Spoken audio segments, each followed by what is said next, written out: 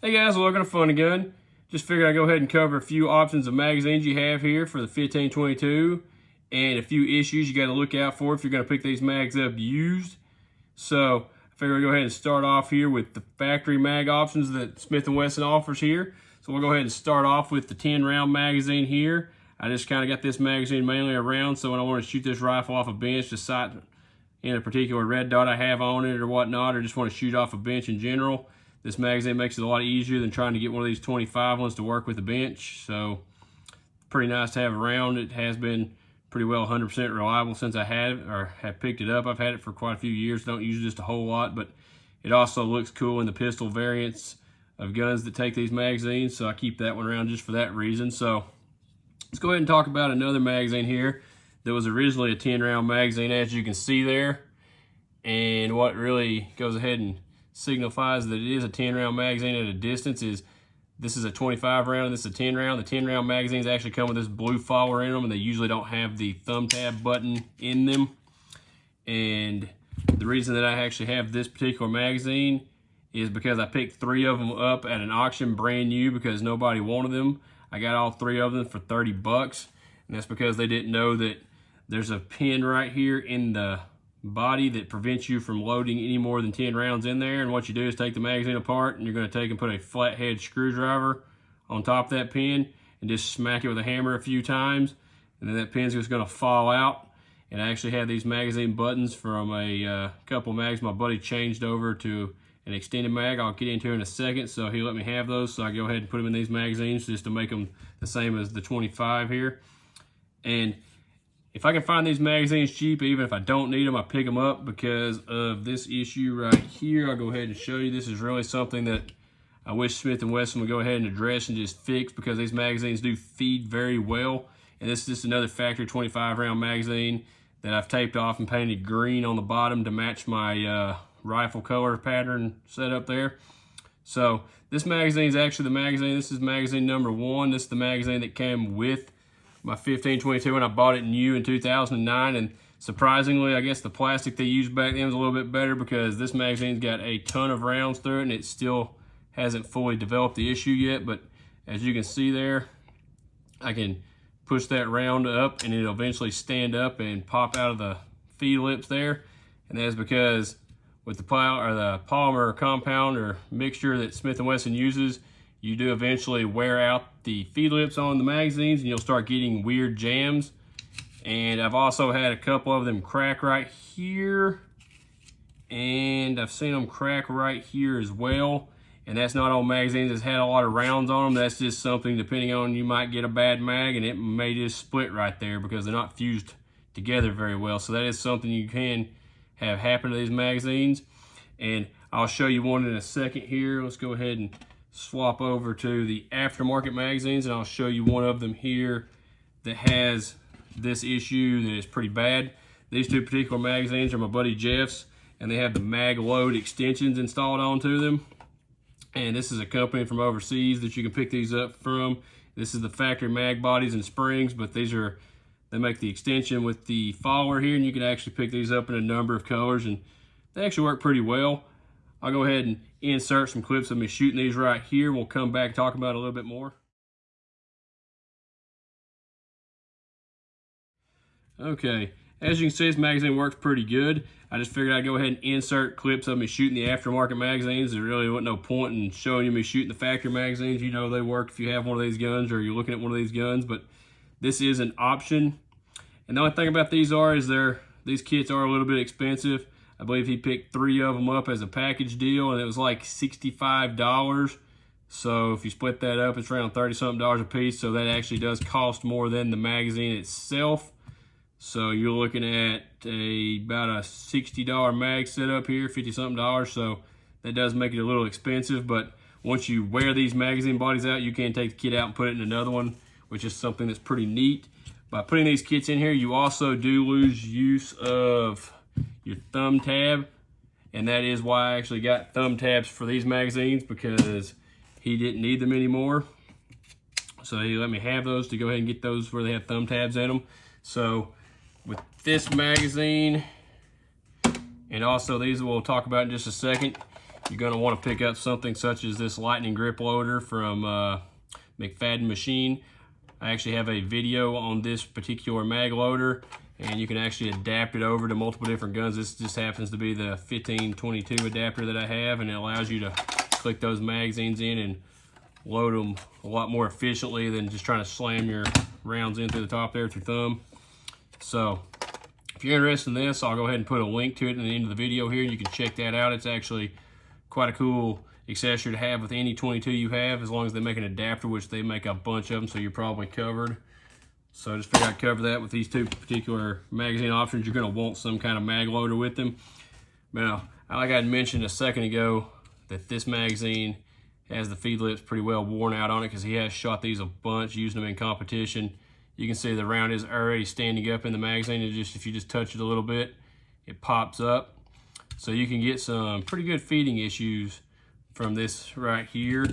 And the tan magazine he has here also does it, if not a little bit easier than the black one there. So it's kind of disappointing that Smith & Wesson hasn't updated their plastic compound, or somebody come out with a magazine that actually has a metal tower. Would really love to see somebody do that, because that would really make the 1522 platform a lot more rugged, I guess, seeing as the magazines wear out relatively quickly.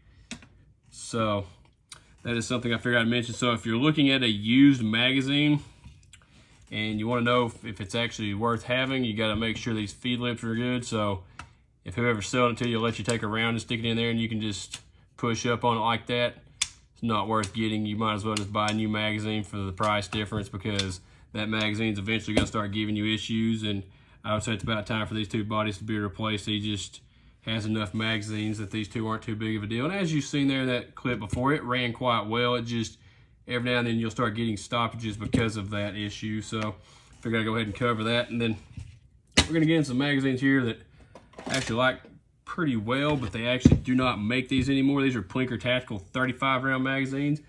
And wait, just give me just a second before I move on for these. I forgot to mention that with these extensions on here, these are +6 extensions. It actually makes this magazine a 31 round magazine. So you do get 6 more rounds with this setup, but you will need a speed loader if you don't want to thumb rounds in. Almost forgot to mention that. So let's go ahead and move on to the 35 round Plinker Tacticals here.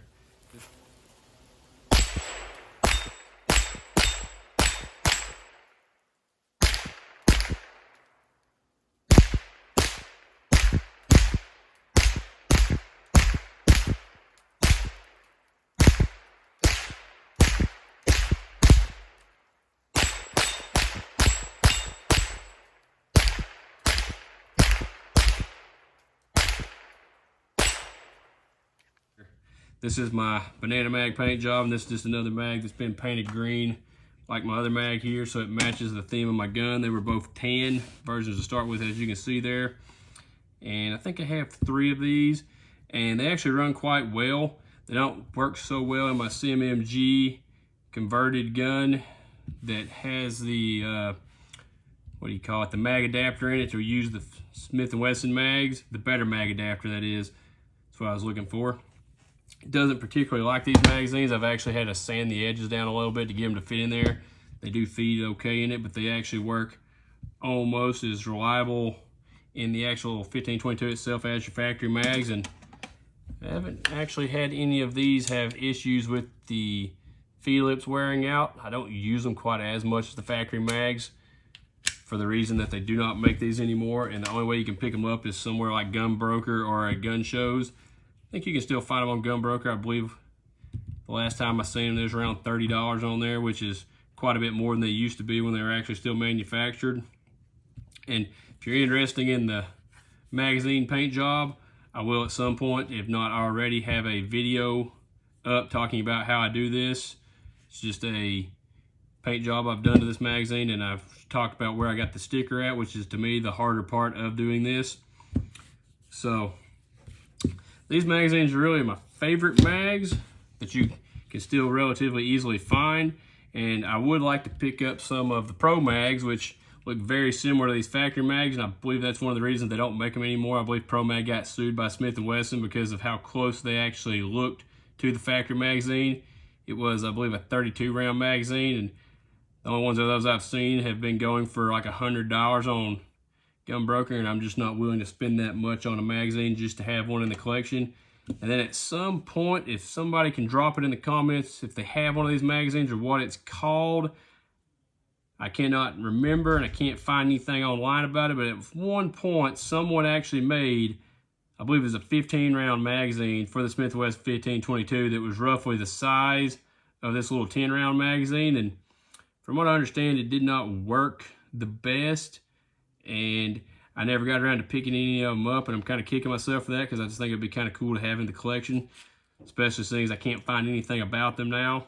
So I think it was like a Phase 10, Phase something magazine was the name of the brand. So if you actually know what that is, if you drop that in the comments, I'd appreciate it, because I would like to pick one of those up just to have if they're not just too crazily expensive. And then got one more magazine here to go ahead and cover, which is the big boy, the 50-round drum from Black Dog.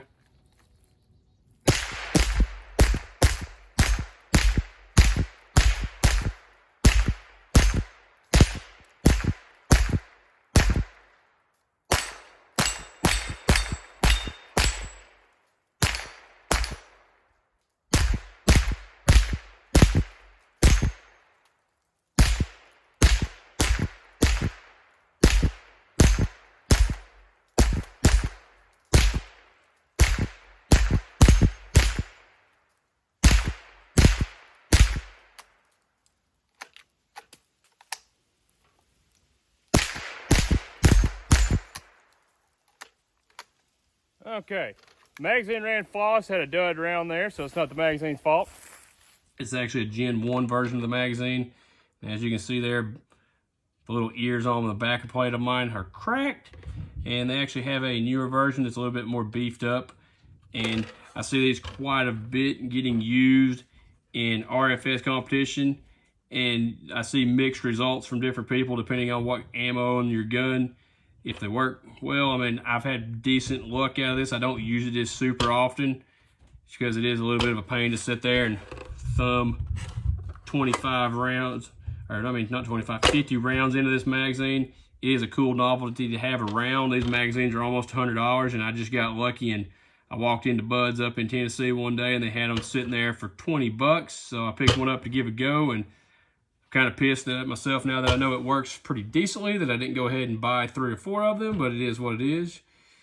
Can't go back and fix things you done dumb in the past, but other than that, I will say that this magazine is pretty cool. Other than this being a 1522 video, you can actually pick this magazine up for other guns such as the 1022 and a regular 22 AR, and if you find one of those particular versions of the drum really cheap, like I did here, this was actually set up for a regular AR.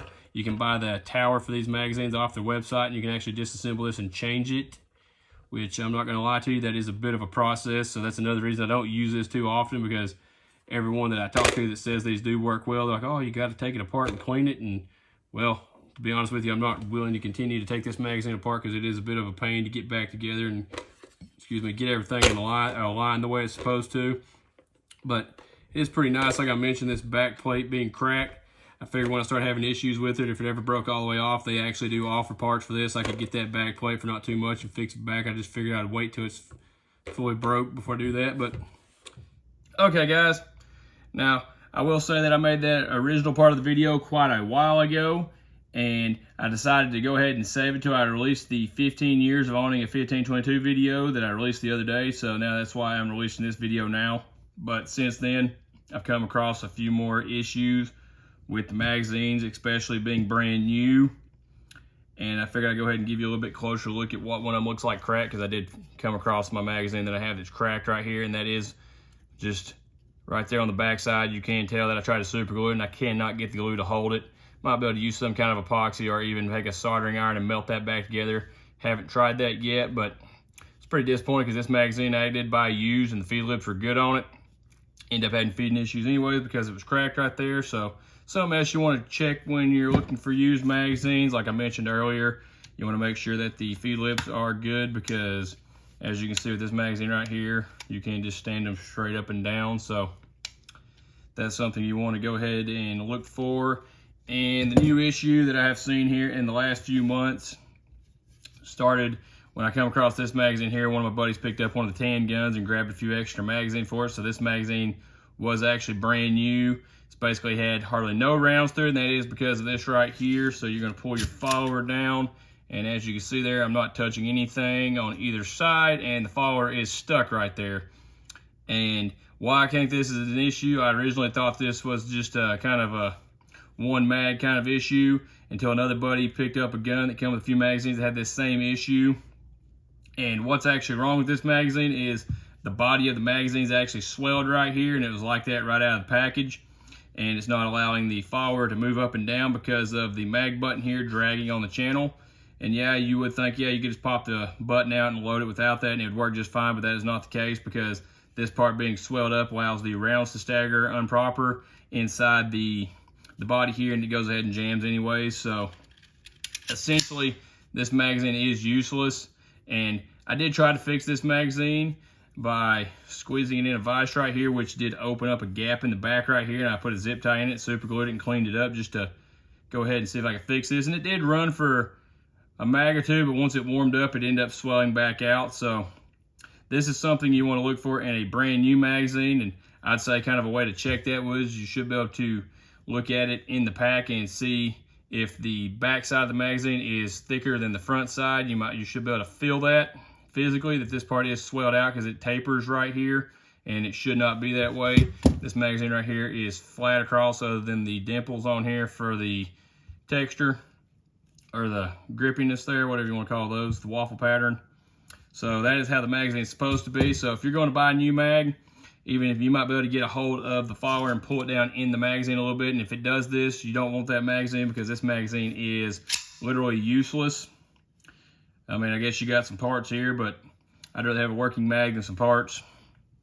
So that is something you definitely want to look at, and that is, I've only seen this happen with the newer magazines. I'm not going to say you won't find older magazines that have this issue, but it seems to be something with the polymer compound that they're using with the magazines, and maybe this specific batch. Now I will say this is a tan one, and the ones that my buddy has, the other buddy has that has issues, is two black magazines, so it's not color specific. It does happen with both of them. So that's something you definitely want to watch out for when you're going to buy a new mag.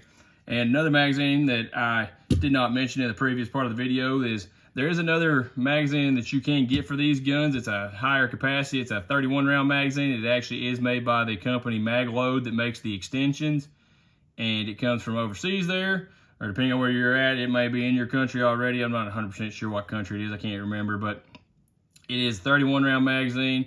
I would like to get my hands on one of those to give it a try. They're quite expensive, and they've been out of stock ever since they've launched. So one of these days I'll get my hands on one of those, and we'll try to do a video with it as well, but not sure when that's going to be, because I hadn't seen them in stock since then. But that's another magazine I like to check out. And like I mentioned in the previous part of the video, if you have any information on the little magazine that's 15 rounds, that's the size of the 10 round factory Smith & Wesson magazine, I'd like to get a little bit more information on that. I'm just more curious about it than anything. Would like to have one of those in the collection. I'd also like to have one of the Pro Mags, but I'm gonna have to find one of those cheap, just somewhere somebody doesn't know what they have kind of deal at a gun show. But till then, I'm not looking for one of those to pay $100 for. But I guess that's really 3 issues you need to look for, especially when you're buying used magazines. But in the case of this magazine, it is something you need to look for when you're buying new magazines as well. So I'm going to go ahead and make this video, kind of give you a little bit of information about the 1522 magazine that you may not know if you hadn't got one of the guns yet, or if you got one of the guns and you're getting feeding issues. These issues here could be part of that, and specifically this magazine here could definitely be part of that as well. So figured hopefully that information would help somebody, and that's all I had for today. Okay, if you made it this far, just want to say thanks for watching. Don't forget to like, comment, and share. If you're looking for more Fun&Gun right now, you can click one of the 2 recommended videos there. If you're looking for more Fun&Gun later, you can go ahead and click that there subscribe button. I sure would appreciate it. And if you're finding me from Facebook, go ahead and click that open app button at the top to make all that a lot easier, and I'll see you next time.